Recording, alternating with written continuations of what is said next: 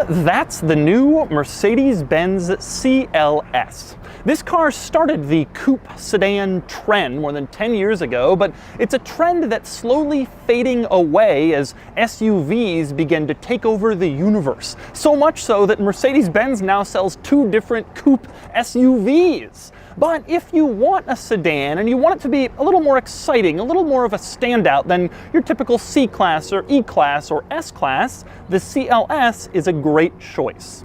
And now it's time to give it a Doug score. Starting with the weekend categories and styling, the CLS is nice looking, though no longer wildly better looking than the E-Class. Now that the latest E-Class is more attractive than earlier models, the CLS gets a 7 out of 10. Acceleration does 0 to 60 in 4.8 seconds, which gives it a 6 out of 10. Handling is nice and secure, exactly as expected for a car like this, and it gets a 6 out of 10. Fun factor is okay. This being the base model, it's not as fun as higher level versions, but it still gets a 6 out of 10. Finally, cool factor. The new CLS is somewhat cool, but not excessively so, and it gets a 5 out of 10 for a total weekend score of 30 out of 50.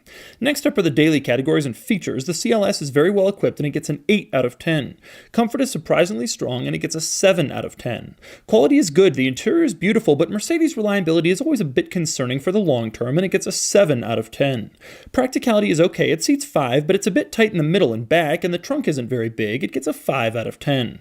Finally, value. The CLS is well equipped and very handsome, but the one I drove was pretty pricey given the Edition 1 trim and all the cosmetic upgrades that go along with it. It gets a 6 out of 10 for a total daily score of 33 out of 50.